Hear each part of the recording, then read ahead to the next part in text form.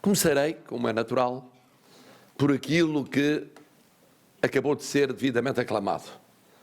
A oração de sapiência do Sr. Professor Adriano Moreira. Eu estava a ouvir o Sr. Professor Adriano Moreira e estava a recordar que há 55 anos, digo bem, o tinha ouvido pela primeira vez. E encontrei nessas memórias, como hoje, um traço fundamental da sua personalidade e do seu contributo para a vida do país. Através da sua voz falava à pátria.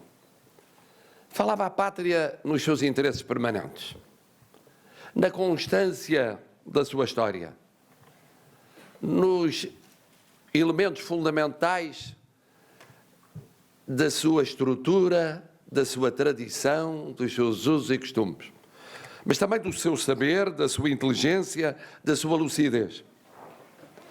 E passaram 55 anos, no que me toca, porventura outros tê-lo-ão ouvido há mais tempo, e o espantoso não é que através da sua voz fala a pátria, ou a história, ou a reflexão, ou o saber, é a capacidade para abarcar o mundo de hoje e continuar a pensar no mundo de amanhã. Isso é notável. É notável encontrar naquilo que nos disse a mudança do mundo no último quarto de século, para não dizer mais. A passagem do mundo bipolar para um mundo pluripolar.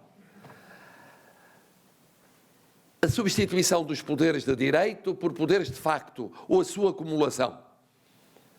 A superveniência dos conflitos cibernéticos e dos conflitos económicos e financeiros.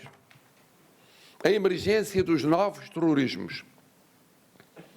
E depois o apelo, que é o seu apelo, que deve ser o nosso apelo, para que a paz, para que a segurança, para que os direitos humanos, para que a solidariedade, para que a justiça social, de tanto fala o Papa Francisco, possam ser uma realidade à luz de uma ética. Isto é, a revivescência dos valores. Sabendo nós, disse-o ele, primeiro, que não há uma ética hoje consensual no mundo. Houve tempos, porventura, em que existiu essa ética. Hoje não há. Esse é o primeiro grande desafio. Construir valores que sejam universalmente partilhados. Não apenas na proclamação da Carta das Nações Unidas ou dos tratados internacionais, mas na vivência dos povos como das nações. Em segundo lugar, fazer afirmar essa ética num quadro de poderes de facto, que não são poderes de direito, e por isso fogem à lógica dos tratados, das convenções, das regras tradicionais. Terceiro lugar, fazê-lo em tempo útil, quando sentimos todos os dias que política e direito e política vão sempre atrás dos acontecimentos, incapazes de os disciplinarem, de definirem princípios, de imporem regras, consagrando esses valores éticos. E esse é um grande desafio. Como é um grande desafio aquele que ele recordou com a autoridade por ele ter lutado décadas a fio, não da definição de um conceito estratégico nacional, mas da sua efetiva aplicação no cotidiano. Porque felizmente temos consensualizado há muito um conceito estratégico nacional, que vem da nossa história, que corresponde à nossa vocação ancestral. Sermos plataforma entre culturas, civilizações, oceanos e continentes. Sempre que dele nos afastamos, privilegiando a terra relativamente ao mar, olhando para a Europa, esquecendo o mundo de língua portuguesa,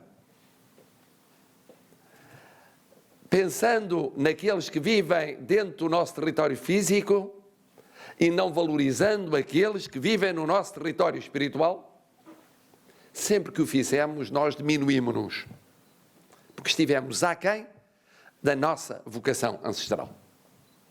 A nossa vocação ancestral é outra, traduzida nos portugueses espalhados pelo mundo, traduzida na nossa ligação tanto à Europa como à comunidade que fala português, como ao mundo ibero-americano, como às relações do Atlântico Norte, como a todos os continentes e ao assento fundamental no mar.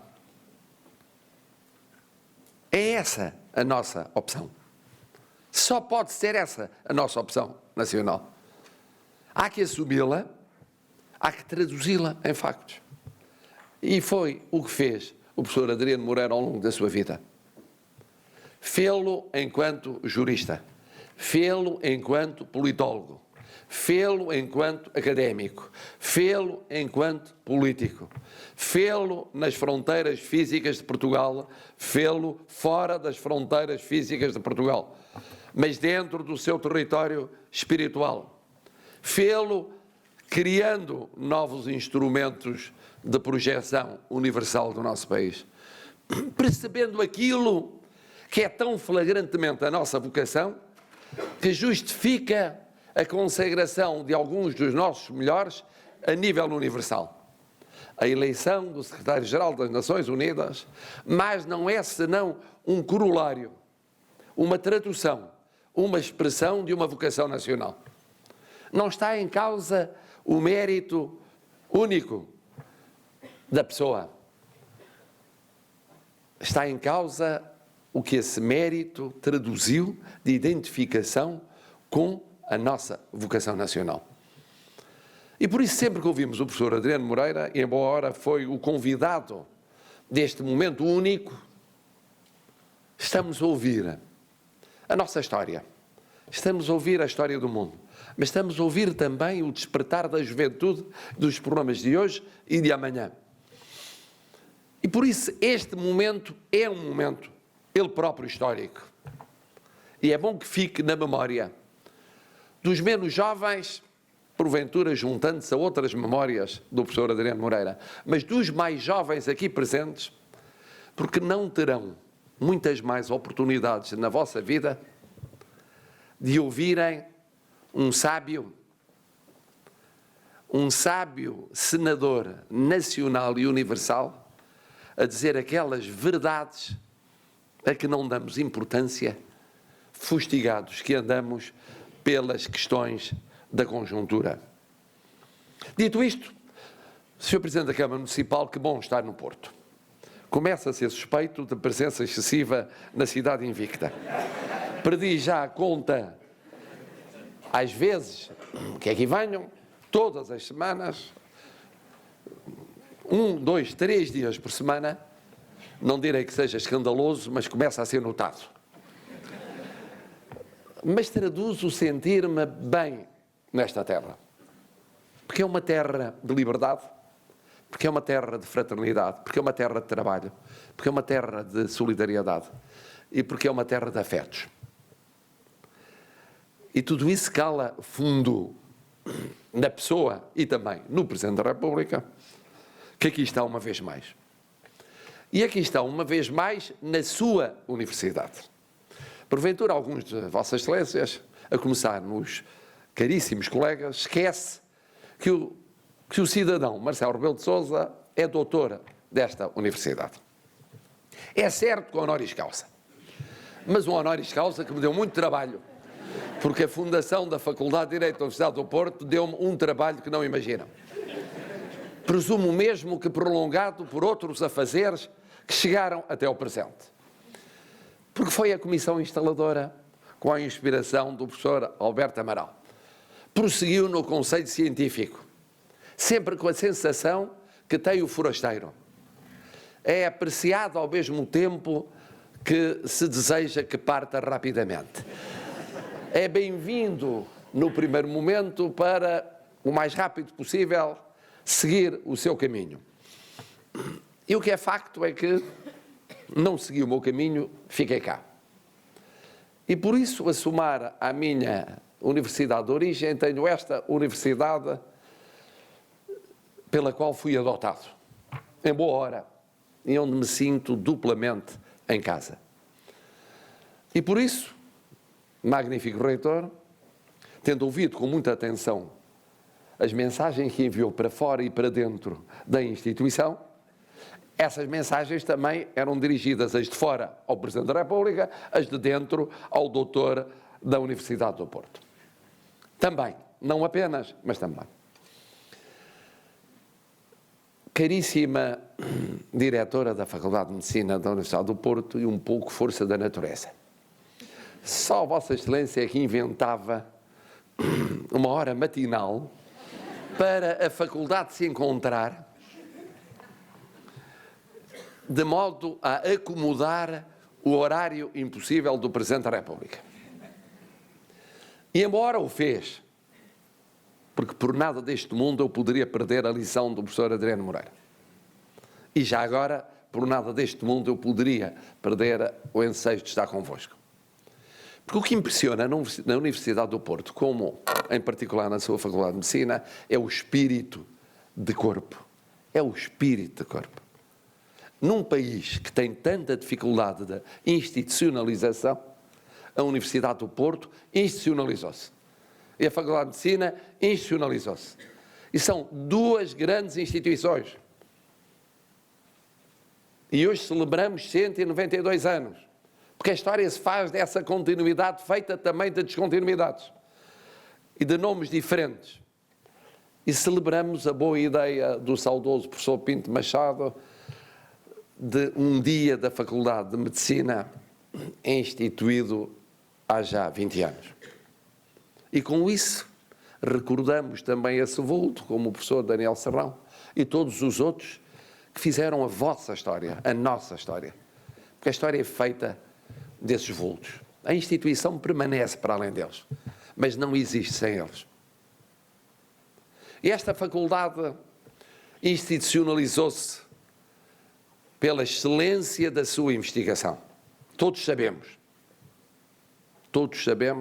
com o que há de melhor na investigação, no domínio das ciências da vida, como noutros domínios universitários em Portugal, tem aqui um templo, tem aqui um lugar geométrico consagrado. Mas também pelo ensino, mas também pela formação. E que bom foi ouvir eu diria, excepcional intervenção do Presidente da Associação de Estudantes. Tenho ouvido muitas intervenções de estudantes, e normalmente isto que então os juristas têm um talento oratório para boas intervenções, estudantes, raras vezes ouvi uma tão boa intervenção como a de hoje. No conteúdo e no entusiasmo. É uma grande escola aquela que forma gente como este Presidente.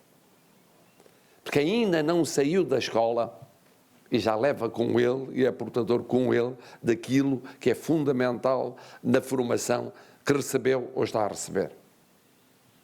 E depois a abertura à comunidade, aquilo que se chamava, quando eu era principiante em matérias académicas, o desenvolvimento. Havia o ensino, havia a investigação, depois havia o desenvolvimento. Era a qualificação dada nos anos 60 e 70 a essa missão social, a esse serviço à comunidade, que no caso da Faculdade de Medicina é a vários títulos relevante.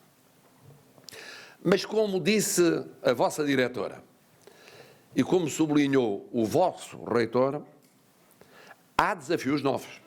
Há desafios novos. E eu não queria escamotear essa realidade. Ouvia com toda a atenção. Em primeiro lugar, o desafio estatutário. Eu sei que não é pacífico. Não é pacífico que se utilize este momento para repensar um regime jurídico que já tem tempo suficiente para poder ser analisado com distância. Mas era um momento. É certo que se pode esperar pelo fim da legislatura ou por nova legislatura, mas é, em larga medida, tempo perdido. Porque foi uma viragem histórica significativa. Digo, aliás, tanto mais à vontade quanto, pessoalmente, concordei com uma parte do novo regime jurídico e discordei de outra parte. Mas admito que o saldo, no quadro do tempo em que foi concebido, foi positivo.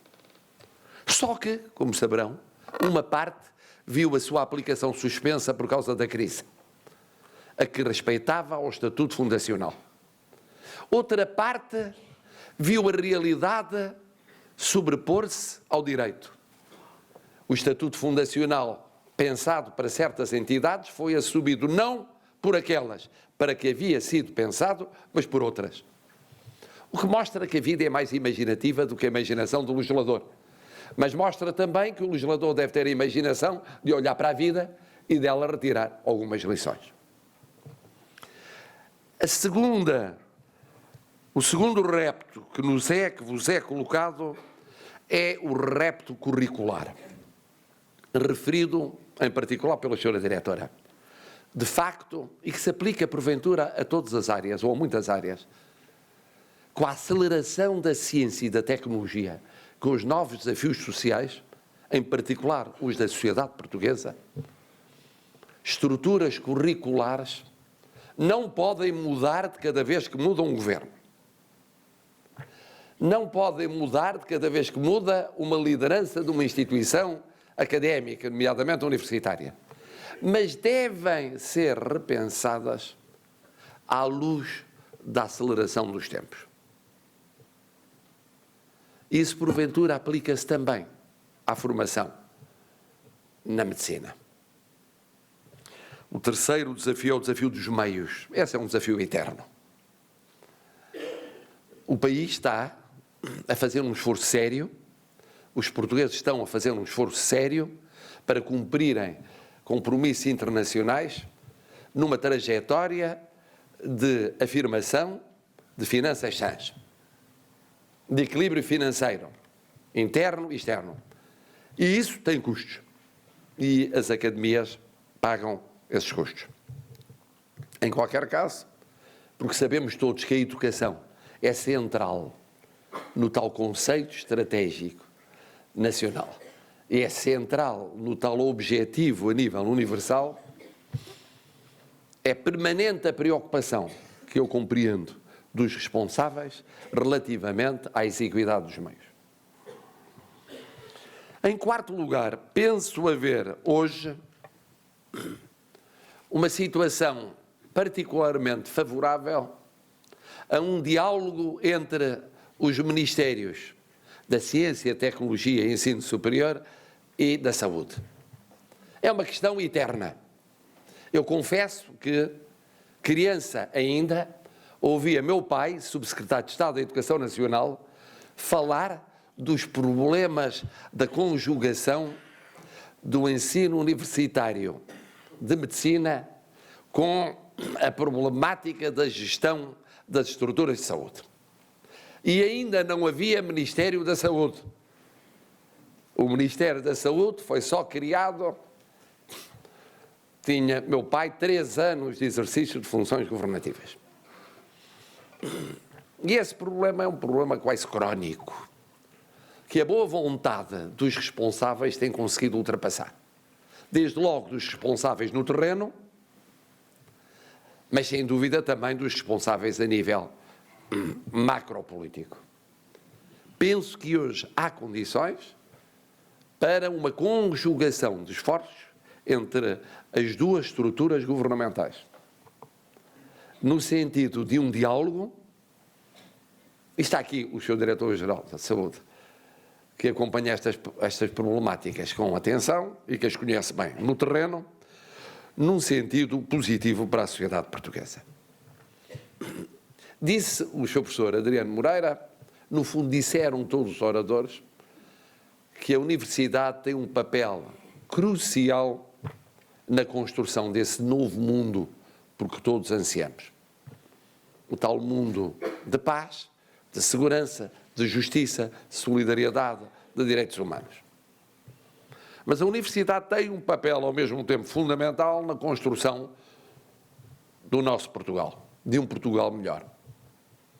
E eu no outro dia disse-o noutro contexto académico e repito hoje, Há muitas vezes a sensação no nosso país, olhando para a espuma dos dias, de que o que é fundamental não avança, de que estamos presos à gestão do cotidiano, de que olhamos para o dia seguinte, para a semana seguinte, para o mês seguinte, e não para o futuro a médio e longo prazo.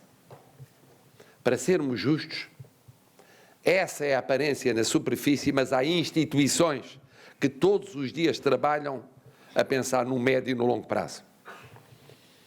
É o poder local, é a rede de instituições de solidariedade social, e vejo aqui alguns dos seus qualificados representantes, é o caso do ensino superior e, em particular, das universidades. E poderíamos dizer, em justiça, é o caso de todo o sistema educativo. Mas, nomeadamente, no que respeita às universidades e aos centros de pesquisa, de investigação, o que nelas se faz todos os dias é do melhor que há no mundo. E os nossos qualificados são do melhor que há no mundo. Fiquem cá ou partam para ficar ou para regressar, ou para repartir as suas vidas neste novo mundo em rede em que vivemos.